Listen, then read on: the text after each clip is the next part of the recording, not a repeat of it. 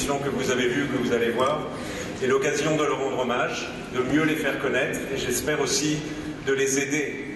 Je pense que tout le monde est conscient du fait qu'un enfant hospitalisé est un enfant fragile, un enfant vulnérable, que sa famille l'est aussi.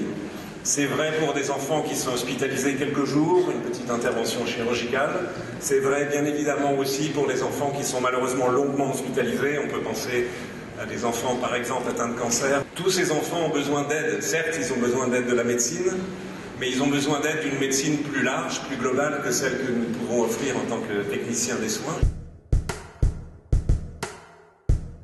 Le mot distraire là prend tout son sens, quoi. C'est-à-dire que c'est comme une parenthèse magique, une parenthèse enchantée, je sais pas comment on peut appeler ça, mais c'est oublier pendant quelques instants, entrevoir un coin de ciel bleu. C'est l'impression que j'avais quand on passait, parce que dans une journée on voit je ne sais plus combien d'enfants, et c'est vrai que le moment où on est là, c'est particulier, c'est une relation privilégiée entre nous et les enfants.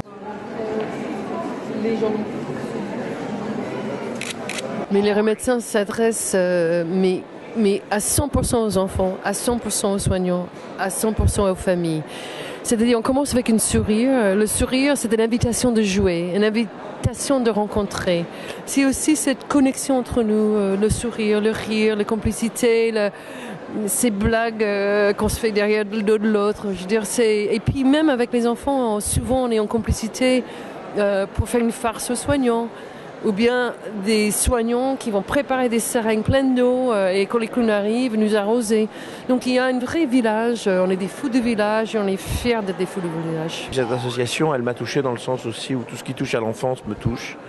Et voilà, moi je peux pas faire grand chose si ce n'est que voilà, j'ai en ce moment un tout petit peu de visibilité, alors autant l'utiliser pour servir des causes dans lesquelles je crois et ça en fait partie. Maintenant je suis pas un grand médecin, je suis pas je travaille pas dans une ONG, voilà.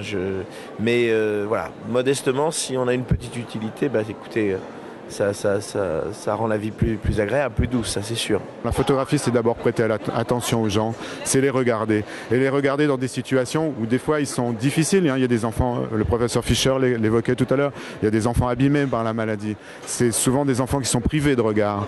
Hein. Donc les regarder, les photographier, c'est réhabiliter leur image, c'est valider leur existence. Donc de ce point de vue-là, oui, je crois que la photographie peut avoir une petite fonction. En tous les cas, elle amène aussi d'autres à prendre conscience de cette réalité, à savoir que ça existe.